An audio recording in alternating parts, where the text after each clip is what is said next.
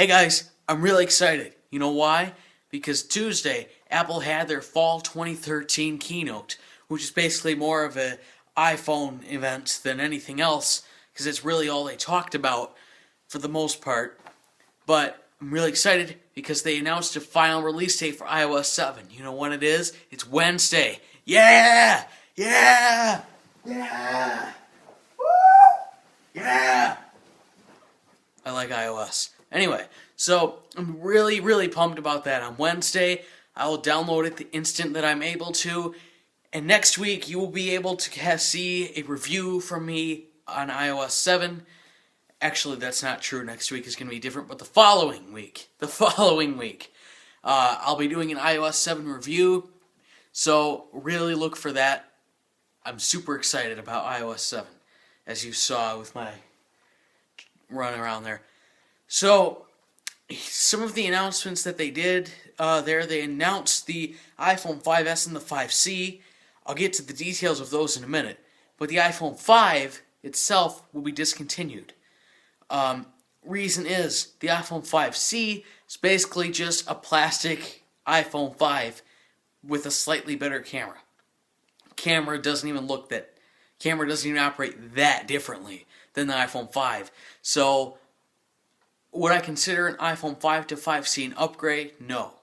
Would I consider a 4S to a 4S to a 5C an upgrade? Yes, I would.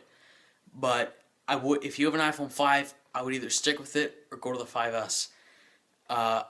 So I will not be getting myself an iPhone 5C to review. So it's just a little weird that they're going to discontinue the 5, but I do see why. So, what's the difference between the iPhone 5 and the 5C? Well, other than the slightly better camera, there's really nothing. It has the same processor, it has the same memory capacities as the iPhone 5 has today, and it's really not that different. The biggest difference is, like I said, it's made out of plastic instead of whatever the hell they made the 5 out of. I have no idea. So, it's also, because of that plastic, it is $100 cheaper. So a 16 gig iPhone 5C is $99, while iPhone 5 is $199. A 32 gig 5C, that's where $199 comes in, while a 32 gig iPhone 5 is $299. So it's $100 cheaper than the iPhone 5 intervals. So that's nice if you want to jump into iPhone game, but you don't want to pay $200 for the newest phone, but you still want the new one. It's a good way to go, 5C. If you're coming from Android or Windows or a dumb phone or even your first phone ever, 5C might be something attractive to look for, because iOS is really awesome, as you saw with my excitement circle over there. That's what I'll call that now. So they also announced the iPhone 5S. Now, later on, a few weeks, I'll do an iPhone misconceptions video. And this is one. S does not stand for Siri. It does not stand for Siri. It never did. It never will. Here's one big tell. You know what? Yeah, I'll tell you. Here's the one big tell. Before the iPhone 5S, before the iPhone 4S, they had the iPhone 3GS that did not have Siri. That was 2 years before the iPhone 4S. That was probably before they even thought about Siri. So, no, the S does not stand for Siri. S refers to the speed of the device. That's why usually S models, 3GS, looks just like the 3G. The 4S looks just like the 4. The 5S, there are some differences, but looks more or less just like the iPhone 5. So, how much faster is it? Okay, it's twice as fast as the iPhone 5, and the iPhone 5 was really stinking fast. Is really fast. As you saw in my iPhone 5 review, it's really fast. So it has 1 billion transistors on the brand new A7 processor it has. If you don't know what that means, the processor is basically it's what carries out the functions of the device. So Intel, If you have an Intel i7 processor, that i7, that's the processor. So, and the transistors are on the processor, that's what turn on and off to let it process inputs and stuff and all the functions. So, the billion transistors versus half a billion on the iPhone 5 with the A6 chip, the A7 chip is twice as fast. So, it is really a lot faster. And then they have new colors. They still have the silver one. And they have a slight variation on the slate and black that the iPhone 5 has. It's called Space Gray. It looks similar. And then they have a brand new one. It's called Gold. It's a gold finish. It looks kind of nice. It looks kind of like a...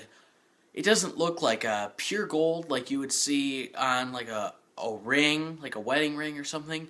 But it looks a little like kind of a champagne-y look, but not completely. It's nice looking. I like the look of it.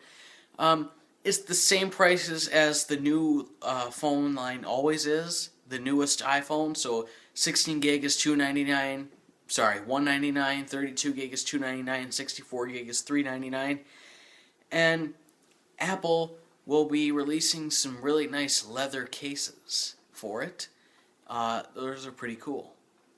So the biggest difference between the 5 and the 5S is in the home button. The iPhone 5S has a thumbprint scanner. That is incredible. I've never seen anything like it on a phone. I've very rarely seen it on a computer. I have seen it on a computer, but it's very rare. So this is really nice. You can lock your phone with it, or you can lock, and you can use it to make an iTunes purchase. You just put your thumb on it. You don't have to press. The ring around the home button detects when there's something on it, so it can scan. And it knows your thumbprint.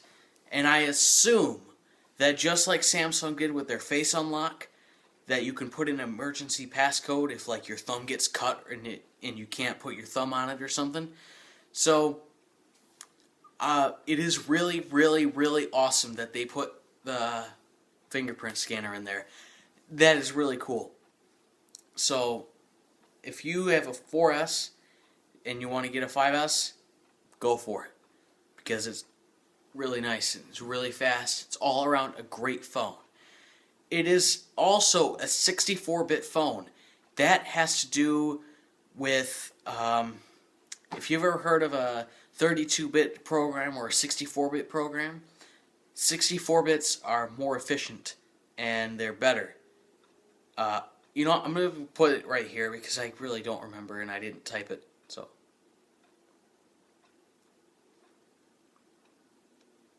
okay. So the iPhone 5S is the only 64-bit phone ever. And that's really cool. And it can run 32-bit programs just fine, just like a 64-bit computer can. It can run 32-bit programs just fine. Alright? And something that's awesome about the 5S is this has an M7 chip. That stands for motion detection. Well, it doesn't stand for it, but it does motion stuff. So the regular processor doesn't have to deal with it. There's a separate processor. It's a lot smaller, but it deals just with motion, and that is supposed to be like more efficient to have a separate one or whatever.